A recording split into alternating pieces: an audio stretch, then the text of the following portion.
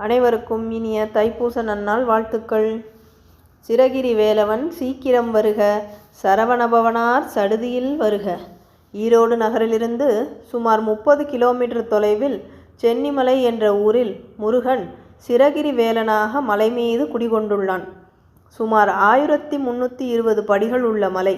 வாகனங்களில் செல்ல மலைப்பாதையும் உள்ளது. பல்வேறு சிறப்புகள் பெற்ற முருகனின் மலை சென்னிமலை.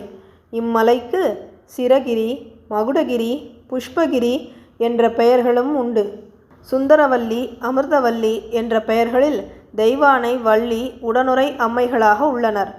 மலையில் பின்புறம் குகைகள் உள்ளன. பின்னாக்கு சித்தர் இங்கே வாழ்ந்ததாக கூறுகின்றனர்.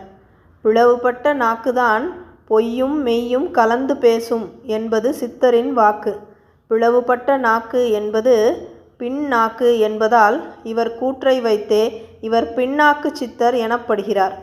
மலையைச் சுற்றி அரிய வகை மூலிகை தாவரங்கள் காணப்படுகின்றன. உடல் நலத்திற்கு பயன் தருபவை. பாலதேவராயன் அவர்கள் இயற்றிய கந்தசஷ்டி கவசம் இங்குதான் அரங்கேறியது.